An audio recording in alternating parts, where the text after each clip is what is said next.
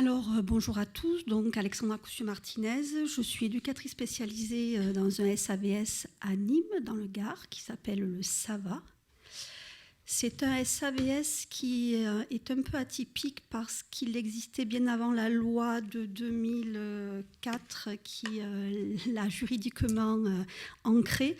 Donc, en fait, il est encore un de ces rares SAVA qui accueille des personnes en situation de handicap, 18 ans, 60 ans, sans orientation de la MDPH. C'est-à-dire que les personnes doivent avoir une reconnaissance ou de la part de la MDPH ou une pension d'invalidité, mais il n'y a pas d'orientation directe de la MDPH. Donc, on accueille, on aide et on soutient des personnes adultes qui en font la demande dans tous les domaines de la vie sociale. Je ne vous redétaille pas tous les domaines. On accueille vraiment toutes les demandes de manière libre. Donc, on prône la libre adhésion au SAVA de Nîmes. Voilà ce que je peux vous dire du service. Le service a vu sa population évoluer dans les 10 dernières années. Loi 2005, reconnaissance du handicap psychique. Le service est généraliste. Il accueille des adultes en situation de handicap, tout handicap confondu. Cependant, donc, depuis 2005, on s'est aperçu qu'on avait des demandes de personnes qui avaient des troubles psychiques sévères. Et on a décidé un petit peu de réfléchir à ce qui se passait et d'essayer de mieux connaître ce public. Une étude 2014, 2015, 2016 a été effectuée. Des personnes issues donc, de ce service ont été formées, dont moi-même. Et on a pris le pari de se dire qu'on pouvait accompagner les personnes qui présentaient des troubles sévères, mais de manière un petit peu adaptée, en essayant de réfléchir à comment leur permettre d'être un peu mieux contenus et de mieux comprendre aussi leurs limites dans la vie sociale en général. Et on a proposé donc, à titre expérimental, la création d'un dispositif qui s'appelle aujourd'hui Phoenix. Il y a 18 mois, il n'était pas encore nommé, où donc on travaille à 3 collègues. Donc je n'ai pas dit, le SAVS, on est 15 équivalents temps plein, comprenant l'équipe administrative et de direction. Et sur les 11 travailleurs sociaux et éducatifs, on est 3 à être détachés sur le dispositif Phoenix. La situation que nous avons choisie est une situation donc accompagnée par Phoenix. Juste après, on va laisser la parole donc à la personne qui témoigne à l'écrit. Je voudrais juste préciser que le domaine d'accompagnement aide à la parentalité dans notre SAVS, ça représente à peu près 19% de sollicitations dans notre public. Au niveau de Phoenix, ça représente même pas 2%. Nous avons très peu de personnes en situation de handicap psychique qui ont des troubles sévères et qui sont parents actuellement. Peut-être que ça changera, mais voilà, actuellement c'est comme ça. Donc ce que j'ai proposé à Guillaume, c'est que, étant donné que la personne, je l'accompagne, que moi-même je vais apporter un regard de ma place, c'est qu'il lise son témoignage, et puis moi je vous parlerai après, excusez-moi, de mon témoignage à moi. Comment il a été construit ce témoignage quand même ? C'est Alors, pas toi qui as écrit. Ah non, non, moi j'ai écrit le mien. Je plaisante. Ouais. Non, alors du coup le témoignage il a été construit, j'ai demandé à la personne si elle souhaitait participer à cette journée, et donc elle a écrit son témoignage. Elle ne pouvait pas venir en présentiel, ça aurait été trop compliqué. Donc, elle l'a écrit. Le témoignage de Madame T. Je n'étais pas vraiment dupe. Mon compagnon et moi, on était quand même confiants. On avait l'habitude dans le médico-social et le médico-éducatif d'être écoutés, pris en compte. En ce qui concerne la grossesse, ça n'a pas vraiment été le cas. On nous a fait comprendre dès les premiers mois que c'était une très mauvaise idée. Au début de la grossesse, on m'a fortement invité à avorter, ce que j'ai fait à contre-cœur. Quelle surprise à l'échographie de contrôle que mon petit bout soit entier. La machine se refermait à présent sur lui et on me donnait un rendez-vous pour réavorter le plus vite possible. J'ai mis mon veto fermement. Personne n'a voulu me dire s'il allait bien ni quel risque il avait encouru. J'ai passé une grossesse à m'inquiéter, à culpabiliser. Son prénom veut dire « grand pardon » étymologiquement. Je ne peux pas raconter les tonnes de questions auxquelles on a répondu, on a été soumis. On savait très bien qu'il nous fallait des professionnels au quotidien, mais ces mesures-là n'existent pas. Dans un monde idéal, peut-être, nous a-t-on répondu. Comment vous parler des conditions dans lesquelles on était vu avec notre handicap ? Parce que parfois, le même handicap est accompagné et l'enfant reste au foyer. Un enfant est issu d'une famille. Je ne vois pas comment cela va dans son intérêt de l'enlever à sa famille. La situation a été de le voir une fois par semaine, 1 heure de temps en temps, parfois ensemble, parfois sans le voir d'une semaine. Comment créer du lien dans ces conditions-là ? Nous avons dû accepter les règles du jeu, et petit à petit construire quelque chose qui n'a pas de nom. Il y a de l'amour, on ne peut pas le protéger, on ne peut pas le border, on ne peut pas le secourir, on ne peut pas le gronder, on ne fait rien. On nous le présente 1 fois par semaine et on ne nous considère pas du tout comme des parents. Quand ça les arrange, on se cache derrière la maladie. Et quand ça les rassure, on y arrive. Alors on dit presque plus rien, on se parle de moins en moins. On tolère les choses en priant pour que plus tard, notre enfant ne nous en veuille pas. On a peur aussi de la pauvreté pour lui, quand il reviendra nous voir vers ses 17 ans. Le juge des enfants nous considère comme irresponsables. C'est-à-dire que même pour un week-end, on ne serait pas capable de le sécuriser, lui donner à manger. Il y a des éducateurs pour toxicomanes qui disent que la toxicomanie n'est pas un problème pour éduquer un enfant. Il y a des TISF qui disent le contraire. Il y a des juges qui mettent tout dans le même panier. Tous des irresponsables. Et si c'est arrivé, c'est la faute des parents. Ils ne remettent jamais en cause leur sacro-saint système. Puis il y a les cohérences de ce système. On a des bonnes idées, mais les mesures n'existent pas. Il faut des moyens, plus de moyens, faute de moyens. Je ne veux taper sur rien. Je ne peux pas vous raconter 3 ans et 9 mois de grossesse en débat. Il y a beaucoup de souffrance. Il y a des réactions de gens. Mais pourquoi vous ont-ils laissé avoir un enfant ? C'est ça les handicaps psychiatriques. On voudrait nous stériliser comme des animaux de compagnie. On n'a pas beaucoup eu de soutien. Un cadre de psychiatrie nous a même dit « c'est bien de les faire, mais il faut les assumer ». Sauf que personne ne nous a fait confiance pour les assumer. Ça fait que du coup, notre petit bout, on ne le connaît presque pas. Alors on le souhaite loin de la maladie héréditaire, et quand je le vois souriant, joyeux, je me dis que quand même, là, il y a quelque chose qui fait qu'on avait raison. Manquerait plus qu'il y ait un permis pour faire des enfants. J'ai rencontré un psychiatre qui m'a dit que dans son pays, les gens comme nous n'ont pas le droit de se reproduire. Je souhaite à mon fils de surmonter les épreuves de la vie, d'avoir le courage, face à un père schizophrène et une mère bipolaire, de trouver la force de voir la beauté du monde. Même dans cette situation, même avec son handicap de naissance, tu as toutes les chances d'avoir une belle vie, mon fils.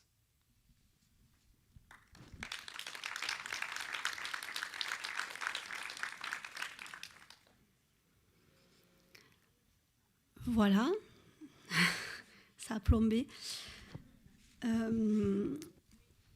J'approche un peu ce truc.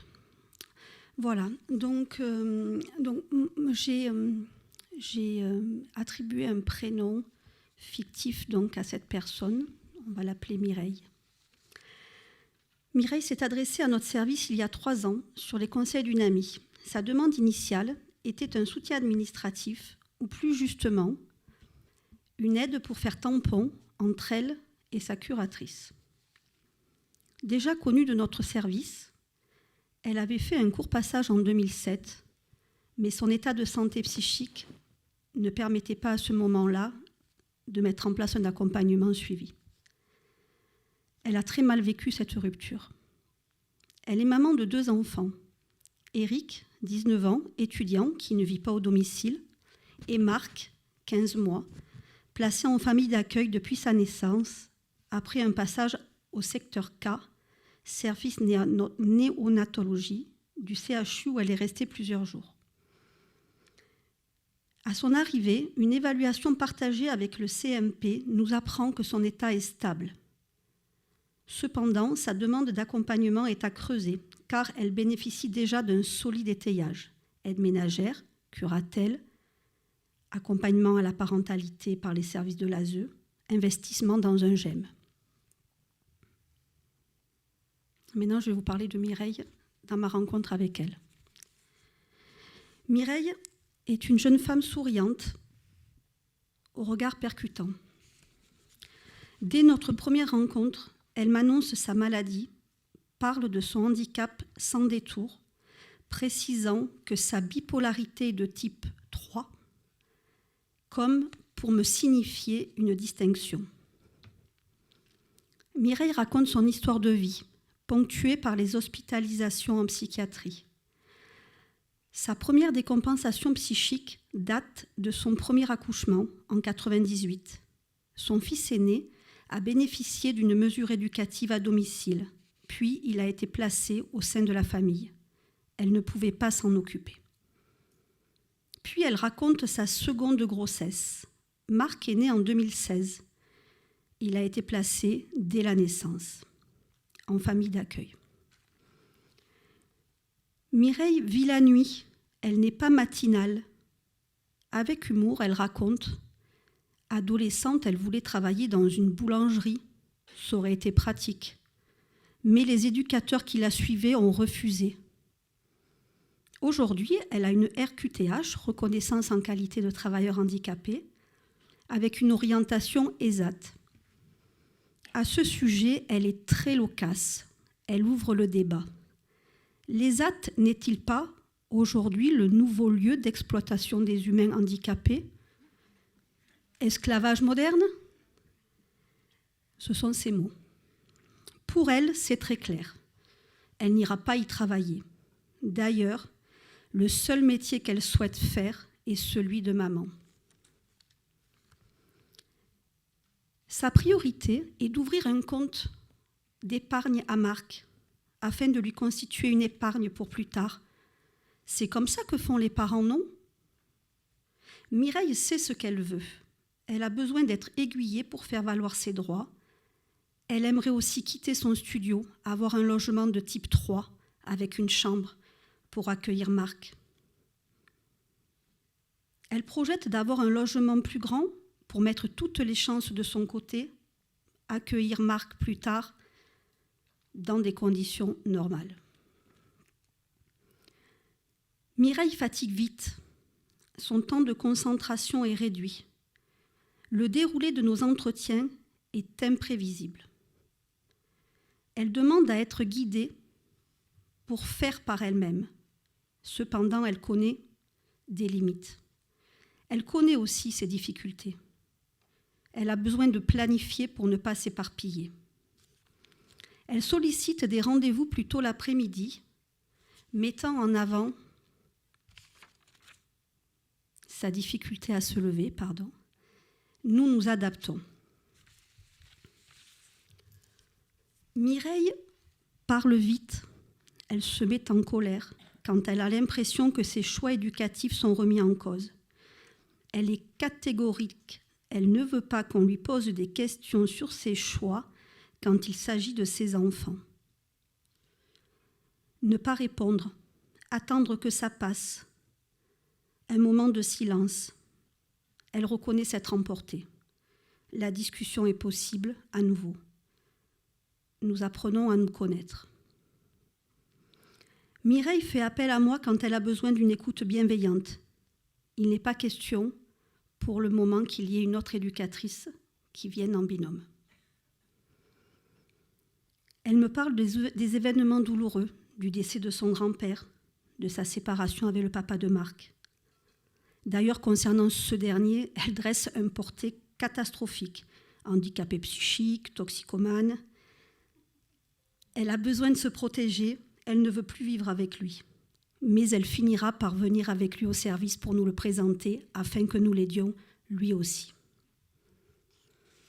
Mireille est en confiance. Elle raconte son enfance chaotique, décrit une mère maltraitante, psychologiquement et physiquement. Elle est l'aînée d'une fratrie de 3 enfants, avec qui elle n'entretient que peu de relations. Elle n'a pas confiance en sa mère.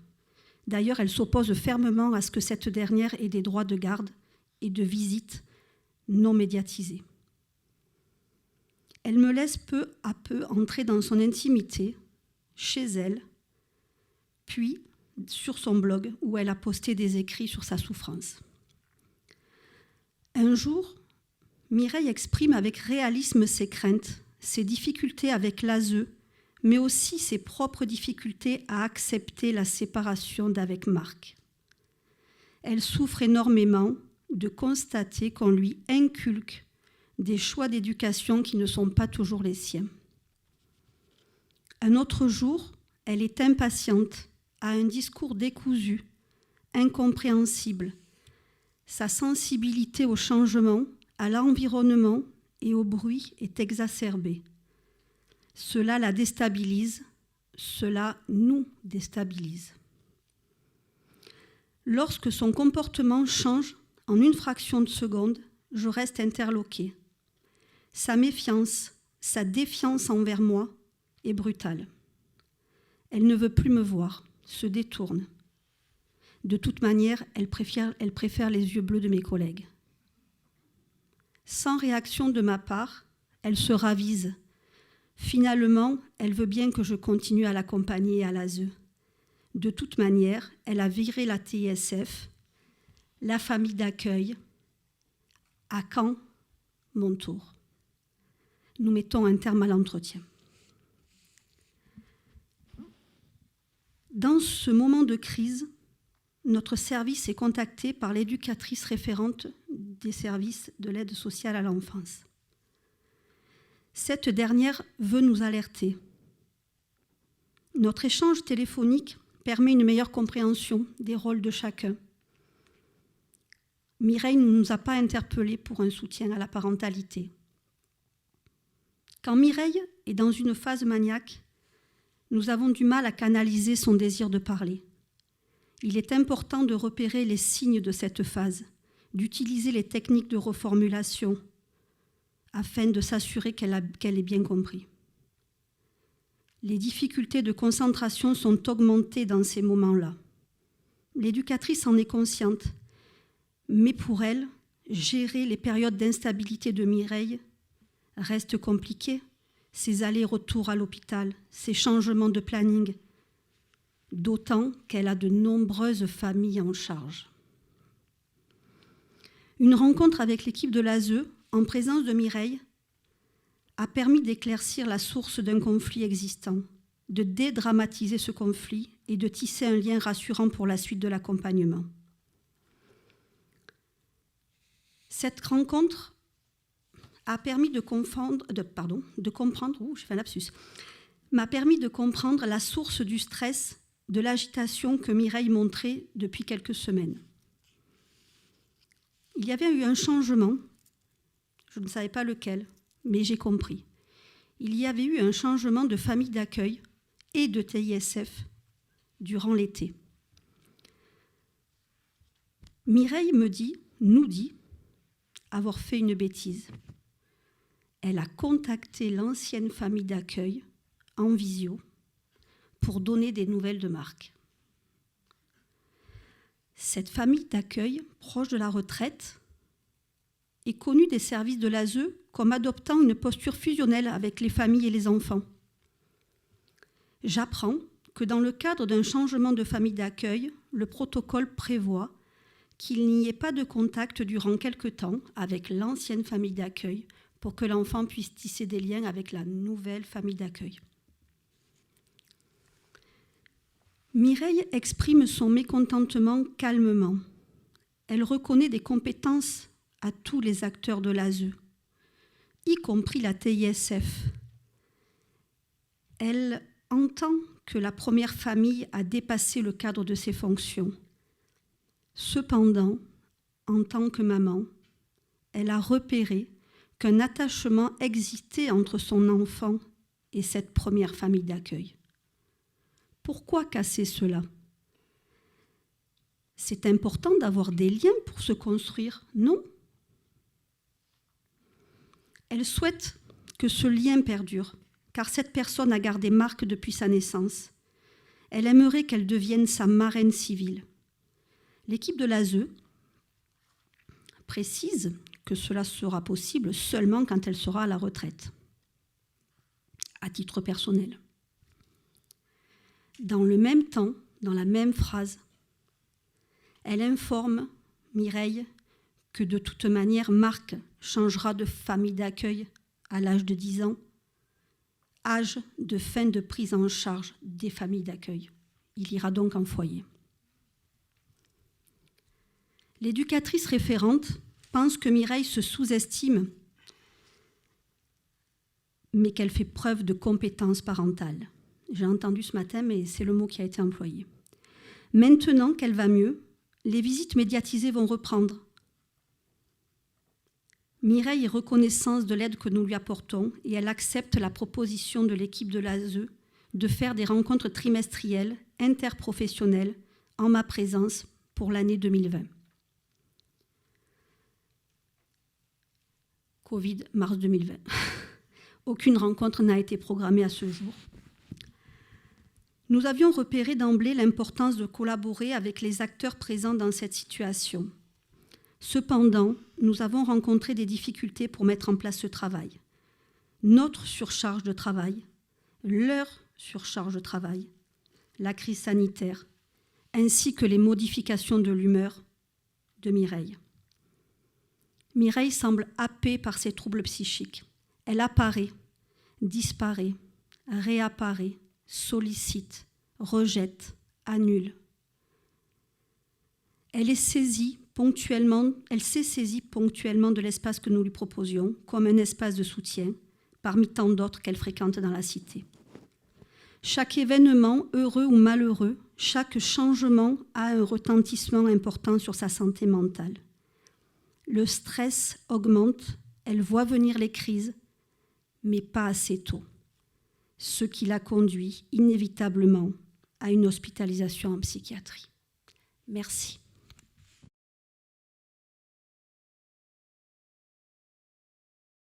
Oui, c'est en fait, moi ce que j'ai entendu, c'est comment on construit un lien. Enfin, on revient exactement sur la conclusion de Serge ce matin, hein, sur ce lien qui est, alors je l'appelle lien, mais tu l'appelais un petit peu différemment ce matin, mais c'est comment à un moment donné on crée une relation avec l'autre et qu'à partir de là on peut travailler. Et on voit que cette création, cette rencontre, elle n'est pas simple, elle est compliquée, elle n'est pas linéaire, elle est voilà. C'est ce que j'ai entendu, moi. Je ne sais pas si c'est ça que tu voulais transmettre, et je pense que c'est cet élément-là. Complètement. Alors, je voulais transmettre ça, et alors, quand même, pour vous rappeler le contexte de l'idée du témoignage, quand Madame a accepté, quand on a travaillé sur le groupe de travail du CREAI, l'idée, c'était que j'intervienne avec mes collègues de l'ASE. Ça n'a pas été possible. Bon, il y a eu le Covid, il y a eu les reports, il y a eu plein de choses. Je les ai eus au téléphone plusieurs fois. C'est vrai que c'est dommage qu'on n'ait pas eu effectivement ce troisième regard, j'ai envie de dire. Ce que je voulais vraiment faire passer, je ne sais pas si j'ai réussi, c'était la question de l'adaptation importante que nous demande ce type d'accompagnement avec des troubles psychiques sévères. Et que je ne suis pas certaine qu'aujourd'hui nos institutions puissent être en mesure de s'adapter. Pour plein de raisons, je ne jette pas du tout la pierre, hein, mais effectivement, ils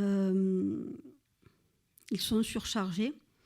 Et effectivement, Madame, quand elle décompense 3 fois dans l'année, quand il faut refaire les plannings 3 fois, quand il faut remplir le rapport pour avoir la mesure de renouvellement, faire les visites médiatisées, etc., ça vient déstabiliser toute une organisation. Et du coup, moi, j'ai l'impression que là, les professionnels qu'ils sont, mais que je serais si j'étais à leur place, bien évidemment, ont quelquefois envie que, que le rapport parte, que les plannings soient à jour, et puis voilà, quoi. Puis que madame, ils n'ont pas le temps, en fait. Donc, madame, elle a décompensé, elle va en psychiatrie, et voilà.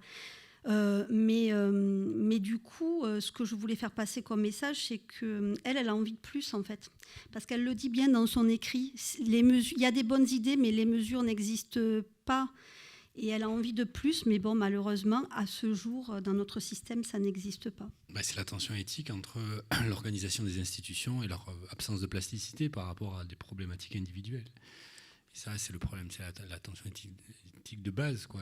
C'est ce qu'on confronte. En fait, il n'y en a pas d'autre, quoi. Non, cette personne donc n'avait pas d'orientation SAMHSA. Elle connaît très très bien les services de psychiatrie, donc elle fréquente depuis 25 ans. Et elle fréquente des accueils de jour. Elle fréquente, voilà, elle investit dans un... Elle a un étayage. Elle a son suivi au CMP. Il n'y a aucun souci du point de vue de l'observance du traitement et du suivi des soins. Par contre, ce que je n'ai pas dit qui était positif, c'est que le logement, elle l'a eu. On l'a accompagnée. Elle a un logement de type 3. Juste, moi, je voulais répondre à la dame qui disait qu'effectivement, c'est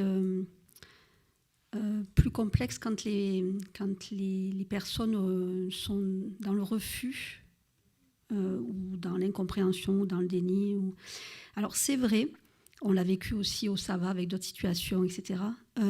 Par contre, là aussi, il y a une question de temporalité. Et effectivement, plus on s'y prend tôt, alors effectivement, c'est sûr qu'il faut qu'il y ait de la prévention, mais plus on s'y prend tôt, plus on accompagne les personnes. L'aide à la parentalité, c'est pas que quand l'enfant est là. Nous, on travaille aussi sur le fait de devenir parent ou pas. Tout ce qui englobe l'éducation vie sexuelle et affective. Du coup, il y a aussi cette notion un peu de pouvoir parler de choses, de pouvoir accompagner les personnes, pas que quand on est déjà avancé dans une problématique. Donc évidemment qu'il y aura toujours des personnes qui ne seront pas accompagnées avant, mais on s'aperçoit que quand c'est accompagné avant, l'aide est acceptée. Là, cette dame, par contre, en l'occurrence, ne refuse pas du tout l'aide. Mais on a eu d'autres situations où effectivement le désir de grossesse se manifestait et donc on pouvait accompagner à partir du désir de grossesse jusqu'à pendant la grossesse, puis vers le staff, puis faire des réunions avec le staff médical, etc. Et du coup, comme le disaient mes collègues tout à l'heure, quand le couple arrive à la maternité, la maternité a moins peur de ce qui va se passer. Voilà. Donc du coup, la prévention est vachement importante aussi, quoi.